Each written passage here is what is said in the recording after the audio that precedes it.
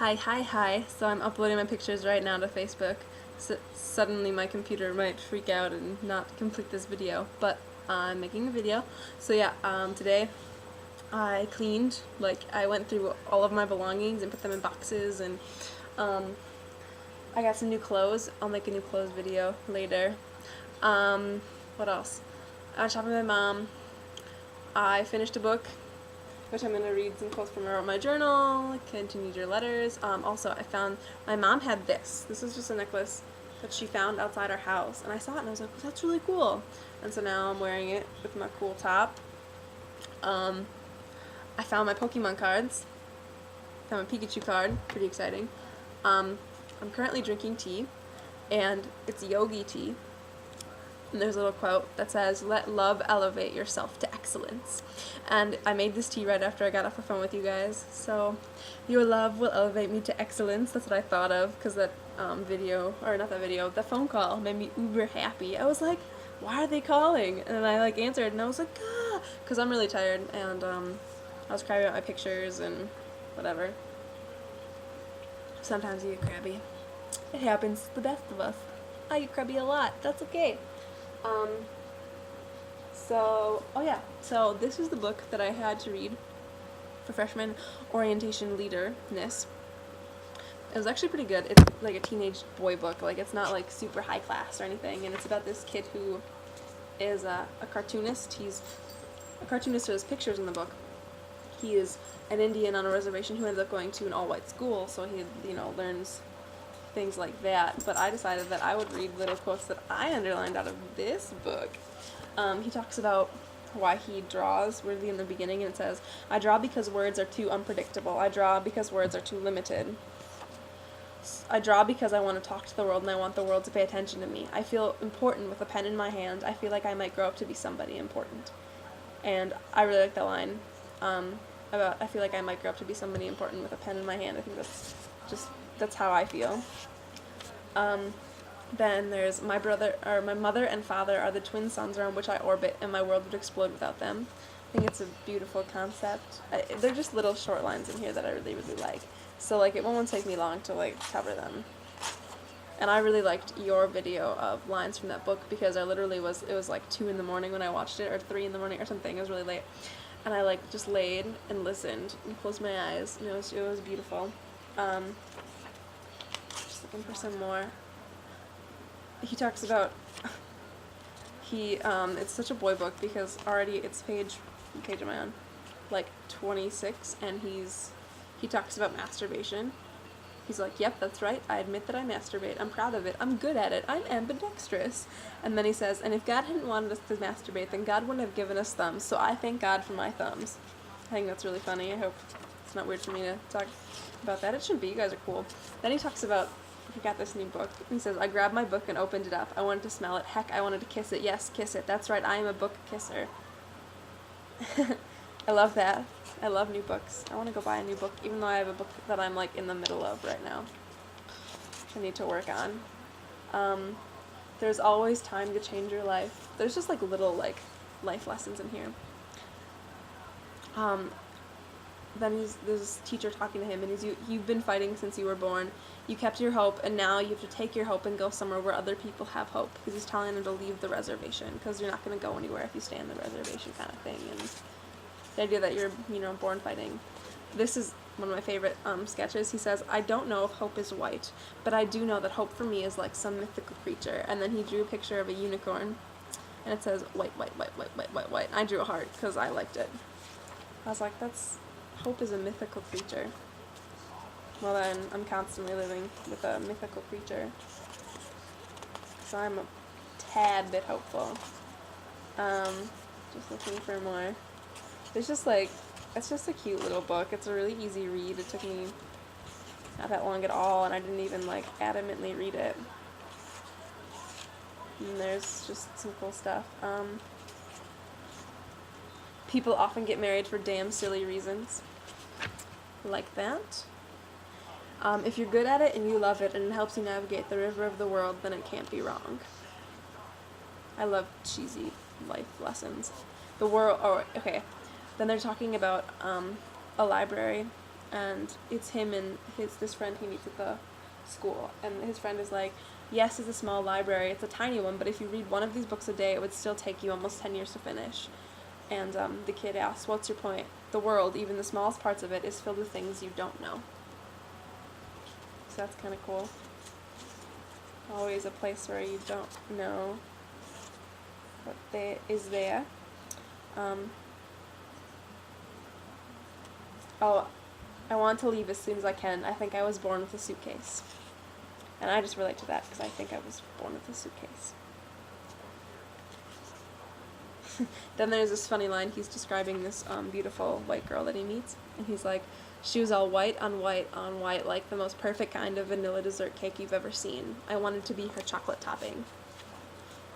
Just little cheesy, cute things. I love it so much. This is taking longer than it should be. Then he's talking about people who eventually he becomes friends with these people at the white school, and they all really love him, and they do something for him, and he says, if you let people into your life a little bit, they can be pretty damn amazing. I agree with people that I've let into my life. Life is a constant struggle between being an individual and being a member of the community, which is an interesting concept to me. I don't know how much I agree with it. You have to dream big to get big. So, dream bigger. If you care about something enough, it's going to make you cry, but you have to use it. Use your tears, use your pain, use your fear, get mad. Get mad. Telling him to just go for something.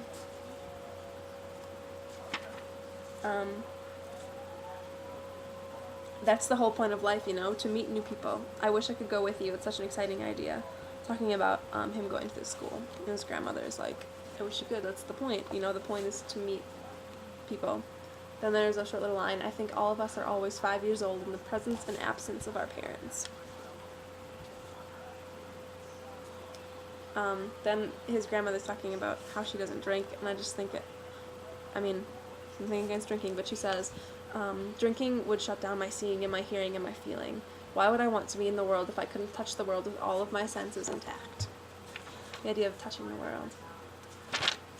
Which is beautiful.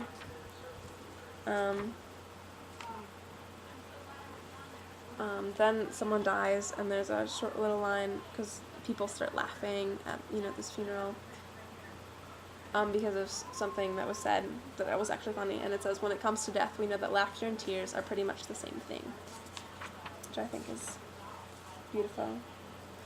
Just really beautiful. Oh yeah, this is a quote that I posted on Your Walt Eva. The world is only broken into two tribes, the people who are assholes and the people who are not.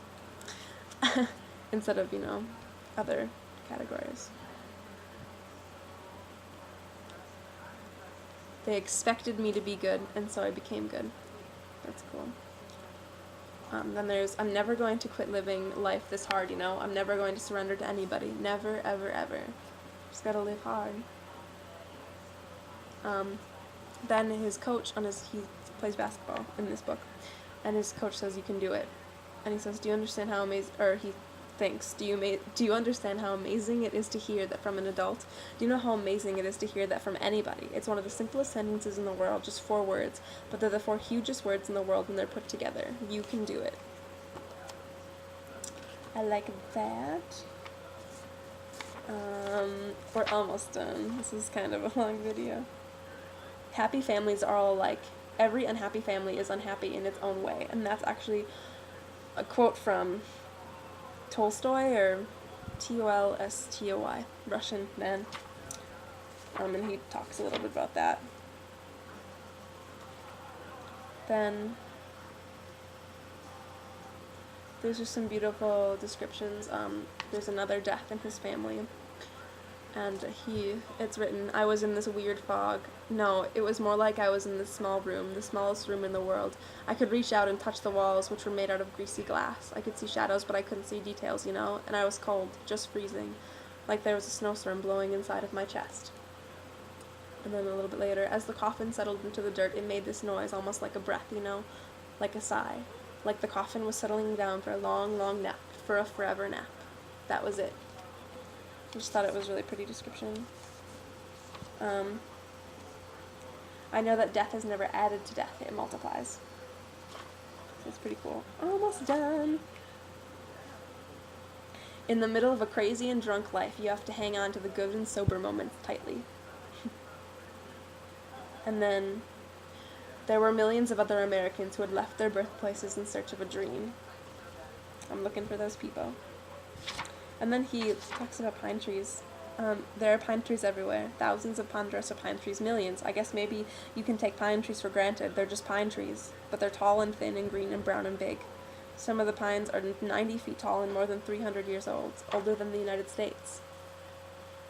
I probably climbed like 100 different trees in my lifetime. There are 12 in my backyard, another 50 or 60 in a small stand of woods across the field, and another 20 or 30 around our little town, and a few way out in the deep woods. I just love that. Then he says, but people forget. They forget good things and they forget bad things. It's a little bit later.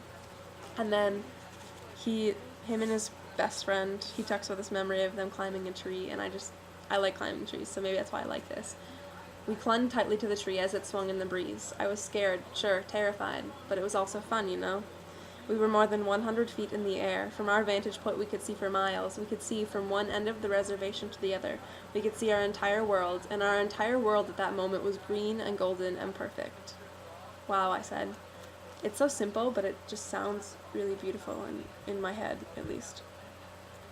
And then his friend says to him, "You're an old-time nomad. You're going to keep moving all over the world in search of food and water and grazing land." That's pretty cool. And then he says, I hoped and prayed that they would someday forgive me for leaving them. I hoped and prayed that I would someday forgive myself for leaving them. And then he asked his friend, will we still know each other when we're old men? I asked. Who knows anything? Rowdy replied. It's just cute. Maybe, I don't know, it's a cute book. It was an easy read, and I was just happy to find little life lessons in it. So I need to end this video, because it's 12 minutes long, and upload it and make a new one. So that's that.